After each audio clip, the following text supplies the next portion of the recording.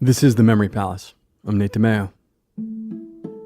The first time the river caught fire, Cleveland was just starting to be something. Starting to fulfill the promise that Benjamin Franklin had seen nearly a century before. When he envisioned a great settlement, perhaps the best place in America for the American ideal to take root. A fruited plain, along the banks of the Cuyahoga, where the citizen farmer, the new American, could rise up, and where a great port city could rise at the river's mouth, where it fed Lake Erie, and where that American could bring the fruits of his labors and send them across the lake and out to the world beyond. And so the city grew bit by bit, new homesteads dotting the riverside, lit by lamps fueled by oil, extracted from slabs of blubber cut from the bellies of whales. But by mid-century, people had killed most of the whales while looking for that oil. And they wanted an alternative because they had gotten used to being able to see at night.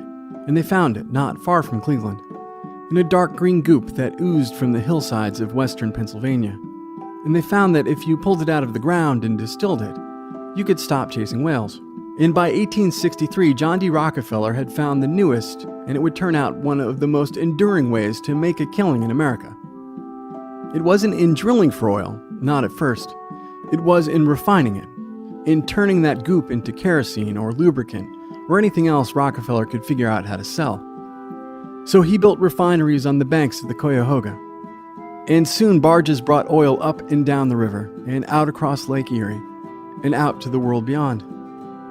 And Cleveland, Ohio became the capital of the global petroleum industry for a time. And oil started seeping into the Cuyahoga, leaking from barges and pouring straight in as waste from Rockefeller refineries, until the river shimmered in acrid rainbows and smelled of chemicals and petroleum instead of marsh grass and loam and marigolds. In one August afternoon in 1868, an ember caught the air and alit on the Cuyahoga, and flames flashed on its surface and up the riverside and burned down factories and warehouses and millworks. That was the first time the river caught fire. The second time the river caught fire, it started in a meandering tributary that was more oil than water in 1883. It tore across the river and nearly reached a row of wooden buildings and nearly burned the city down. A city that was growing right then, fueled by an industry that poured fuel into its rivers and was reluctant to ask it to stop.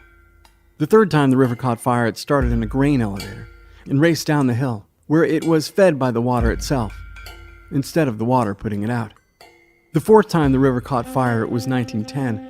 By then, Rockefeller's Standard Oil was doing a fine business turning the green glop into gasoline.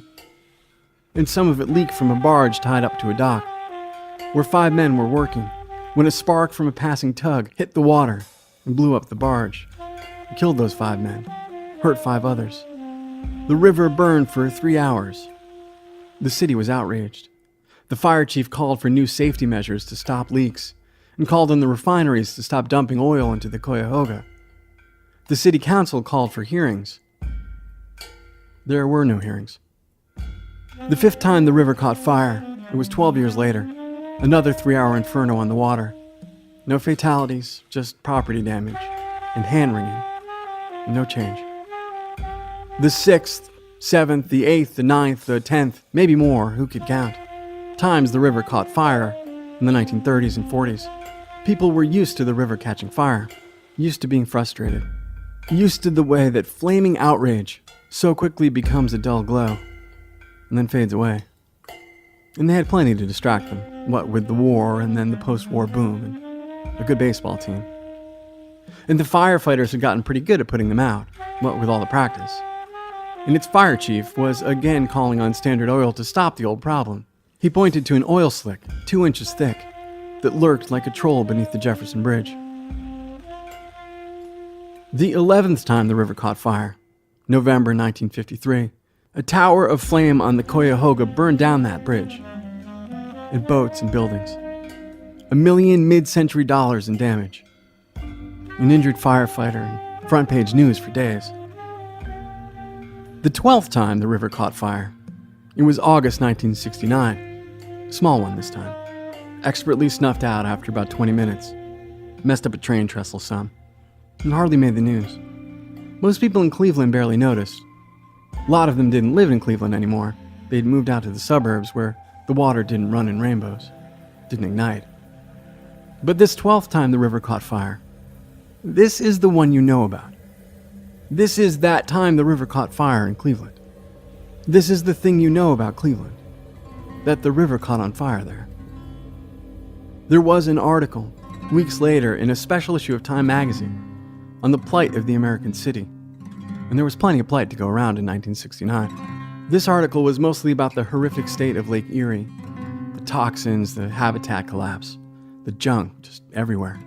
It mentioned the fire in Cleveland, the 12th one, the 20-minute one. But it showed a picture of the 11th one in 1953 with the towering flames and the $1 million damage.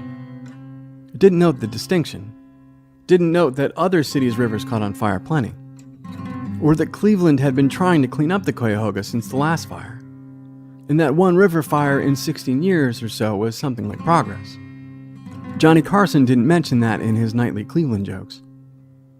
Neither did the people who started calling the city the mistake by the lake. They'd seen the picture in Time with the towering flames. Clevelanders could complain. They could try to set the record straight. But to what end? Their river caught on fire. Rivers shouldn't catch on fire. And the flames of outrage shouldn't be allowed to fade away. They need to be stoked and tended. And this time, that article in Time got tossed onto the embers, along with news of an oil spill in Santa Barbara, by AdZerk, which provides ad-serving technology, and MailChimp, which encourages teamwork, creativity, and chaos. Now, one of the best things about being a part of Radiotopia is the company I get to keep. If you guys aren't listening to Criminal from my fellow Radiotopians Phoebe Judge and Lauren Spohr, please go check it out. It is a storytelling show about crime and criminals, and I'm going to tell you a little secret. I don't really like shows about crime and criminals, but I love Criminal. It's because Phoebe and Lauren have such a humane approach to these true crime stories, and they bring such insight and even-handedness, and even a kind of grace to the show's subjects. And they just tell these stories so well that it's so good. And you should check it out if you haven't already. They recently did a story about a tiger at a truck stop in Louisiana that is a particularly good pairing with my recent episodes about the panda and about the lion. Learn more about it and other Radiotopia shows at radiotopia.fm. Okay, I'll talk to you guys again.